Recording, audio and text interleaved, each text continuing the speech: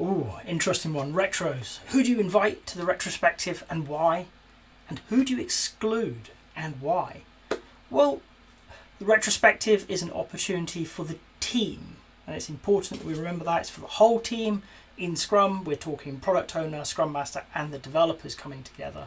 And it's for them to look for ways to improve how they work together, to improve their process, to look at their relationships. There's lots and lots of things that they can focus on and try stuff out, see what works and what doesn't work for them. So who do we invite? Well, you have to invite the whole team. There has to be the product owner, there has to be the Scrum Master, there has to be the developers. And why those people? Well, because it's their work, it's their job. Any one of those people who's not there, you're missing a part of the puzzle. So how do you know why things didn't go as well as they could have if somebody has some pieces of that puzzle and they're elsewhere? So we want to have all parts of this. I've seen it in the past where somebody's missing. One of the ones that stood out for me was a product owner wasn't invited to the retrospective and everything was their fault. And they, to be fair, hadn't been doing a great job. But the developers were there basically saying the product owner doesn't know what they're doing. Everything's in a bad state because of them. Scrum Master was involved as a facilitator. That would be me. And I didn't disagree with them, is the short answer. Maybe as a facilitator I should have been more neutral, but the truth was I was kind of thinking, yeah, you're kind of right. Your product owner sucks. But there was no product owner, so we didn't hear their side of the story. So we took an improvement into the next sprint for the product owner to pull their socks up. Yeah, fair enough. It was a reasonable with what we knew, with the people in the room, what we knew. It wasn't about assigning blame. It wasn't about saying they're bad at their job. It was about saying product ownership could be better and we think this would help us as a team be better. It happened to land on the product owner. Conversation with the product owner brought a very, very different light. Their child was ill, and seriously ill. So they weren't focused at work. They turned up, they did their job, they went home, they did something far more important. And as soon as the whole team knew this, it was really simple. We don't need you to write better user stories or whatever it was. I can't remember what the improvement was. We need to take ownership of this as a team. So actually the developers and I as a Scrum Master stepped in and filled gaps so that our product owner could actually lighten their workload, give more time to their family, because that was the important thing at the time. If they had been in that retrospective, maybe, just maybe, that could have come to light, and instead of us, I think blame is a strong word, but it's certainly in that ballpark, blaming them for not doing their job right, we could have worked together, as we ended up doing, to work out how to be better as a team, given the constraints, the realities of life. So we want everybody that's involved in the product development, product owner, Scrum Master, and the developers. We want to include them as a standard. Okay? Do we want to include anybody else? Not necessarily. I'm not saying not at all, but not necessarily. Who else could we invite? Well, a manager. Maybe they've got useful information to bring into the team. Maybe the team as a whole believe that will be useful and they can have open and honest conversations. Then great, they should be invited in. If there's subject matter experts, if there's customers, if there's anybody who, as a team, we believe can help us be better by being part of that conversation, then we should welcome them with open arms.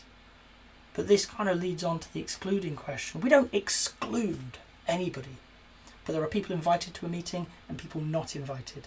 And by default, nobody other than those three roles in the Scrum world, those people involved in building the product, by default, nobody else is invited.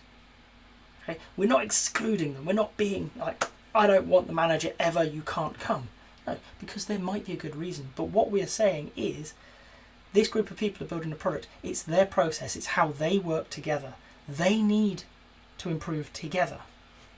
Okay? If they believe you could help with them with that, then they'll invite you in. If you ask to be involved in it, that's okay. They may say yes, they may say no. Okay?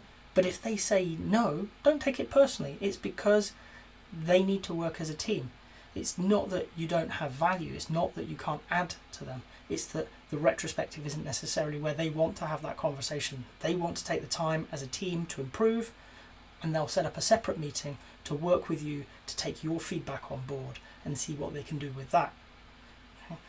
The reason that we're so wary about inviting other people into a retrospective is simply the safety of the team. Working together on a daily basis, we've got people who are building great relationships. They understand each other's strengths and weaknesses, each other's foibles. We let people off because we know that's just John. Okay? Not toxic behaviour, but just that, that's just John. And we accept it, and it's worth it. Okay? And in doing so, there is trust built between people, but also this concept of psychological safety grows within the team. Everybody knows that they can have an honest conversation. It might be a difficult conversation. They may need to say things that others don't want to hear or won't enjoy hearing, but they know they can do that. By introducing another party, be that the manager or a customer or whoever, we don't have as much safety. Not everybody's going to be comfortable speaking up when their manager's in the room, or their director, or the architect, or whoever. And therefore, they're not going to join in as well. They're not going to talk as much about what they could talk about. And we lose out. So their insights, their knowledge, the data that they have is all lost to the conversation. And therefore, we're not always going to make as good a decision as we could, because we're working with less than we could. And that's what we want to avoid. It's not about excluding people. It's about understanding that the team need to be comfortable enough to invite somebody in. And when I say comfortable, they have to understand that that person knows what they're going to do and isn't going to use that conversation against them. So they have to, as a team, feel like bringing somebody in is safe, or safe enough to do so to get the benefit that it's from. So who do we include? We include the people involved in building the product. Product owner, Scrum Master, the developers in the Scrum world. Who do we exclude? Nobody. But we are wary about including anybody else. If you've got to this point in the video, I hope you've enjoyed it. If so, a like would be appreciated. If you want to hear more from me, more answers to questions that maybe you've got in the Agile world, please subscribe to the channel. And if you've got a question that you really want answered, drop it in the comments. I promise we'll get around to it. Thank you.